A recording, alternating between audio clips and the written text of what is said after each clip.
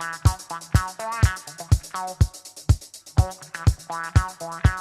how are you? Yes, I'm on my way to Be Bop. Want to come and see me? Follow me.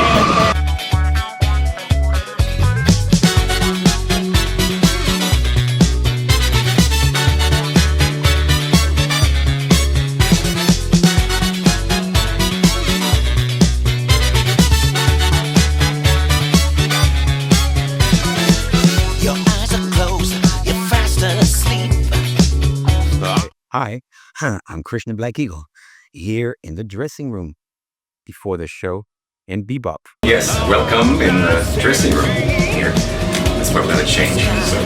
Golden Sea, I know you like, well, follow me. When it's dark, your eyes can't see. What's in my heart inside. Cherokee Street. Other night, moon moving with the tide, moon dreaming of the night. La primera vez de acá, 2009, parte del show para ver qué pasa. La gente va, ok, fantástico. Y después cada año volvió a ese show y conciertos. Grabando álbum. Ahora estoy grabando el número 5, álbum número 5, con productor Nelson Pomba. So, it's very good. Pero así es, you know. So, este es el último show antes de que voy a Europa. Just another show. Something is happening out there. What happened is like a cousin invited me to a show of the new Yardbirds in 68. See, I'm a bit 300 years old here. So in 1968. So I went there and I saw Jimmy Page, Robert Plant and all that. And that was the first ever concert of Led Zeppelin. Primero concierto de Led Zeppelin en la historia. Me fui ahí. It's in Dinamarca. Vi Jimi Hendrix. I saw Jimi Hendrix 3 times. Jimi Hendrix experience. And then 2 weeks, 2 semanas antes que murió. Y obvio, todo antes que murió. Of course, with Led Zeppelin, yo quiero ser un músico. I want to be a musician. At home, no school. No quiere escuela más. No quiere estudiar. Quiere tocar la guitarra. So, my parents say, if you want to play guitar, you have to work. Cada mañana con los diarios. En Dinamarca, en el invierno de Dinamarca, mucho frío, mucho nieve, bicicleta y sí, frío con los diarios para ganar dinero y pagar mi primera guitarra. Finally, Fender Mustang. And then I practice. And I formed a band in Denmark called Sensory System. Sensory System was a band of hard rock. It's the first hard rock band in Denmark. Became very famous in Denmark quickly. And we toured with Slade, the band Slade at that time, and Nazareth. I don't know if you remember Love Hurts. So we toured with them in stadiums in Denmark. But then something happened because I changed music. That was in Denmark. Something happened. The black music explosion happened in the States with, black music movies like Shaft, Superfly, and Stevie Wonder came, Earth, Wind and Fire, Commodores, and black music came out, And I say, I'm part black and Cherokee on top of that, because my father is black Cherokee from Alabama, and my mother's from Denmark. So they actually met in France, and I was born in France, and I traveled everywhere. We travel anyway. So I grew up like that. So that's back in time. But anyway, so when that happened, I started forming a band called Street People. We recorded a record in Denmark. And then I had then I started touring in Europe and Germany and France and all that.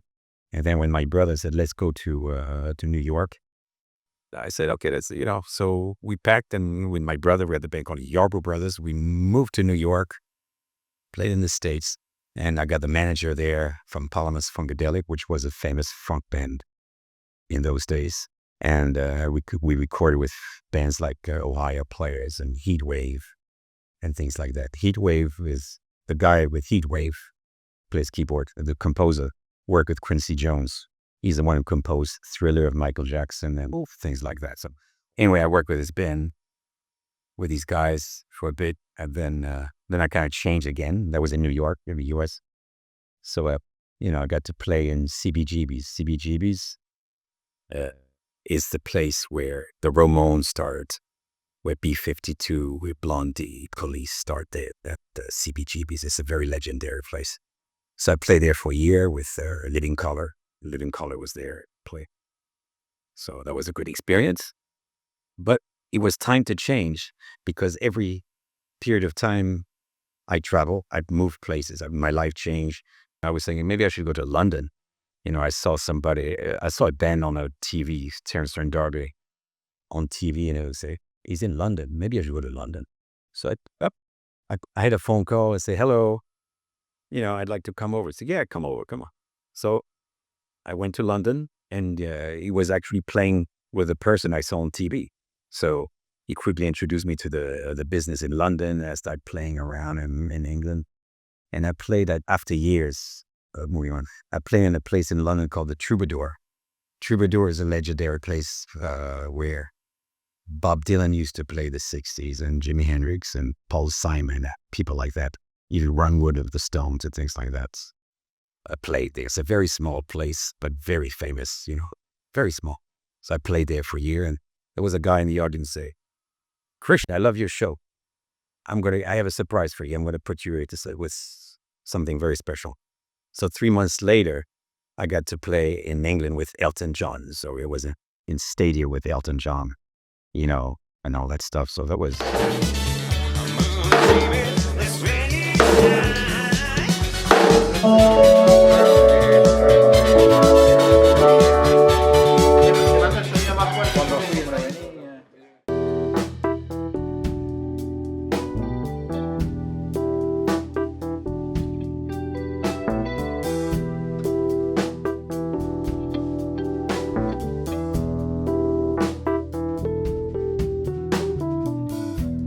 Travel so far, walking path of my life. You're standing there, darkest, darkest night. I want you to take me, lead me into the light. My heart is heavy, the earth is hot and dry, running with the wind, beautiful stallion. You give me wings to fly, running with the wind, beautiful stallion. You give me wings to the sky, running with the wind.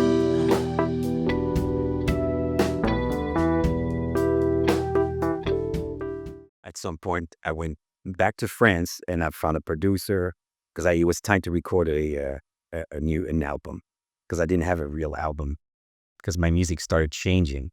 Yeah, in the States, I met people from the Cherokee tribe because I forgot when I was in the States. I went to Georgia and I met people from the Cherokee Indian tribe, and they something happened to me, and I said I think I'd better incorporate some stories from the American Indian Cherokees in my music. So a lot of stories in my songs are, historians, the Cherokees, right? And then, so I did that with Elton John. So the people said, wow, yeah, that's fantastic.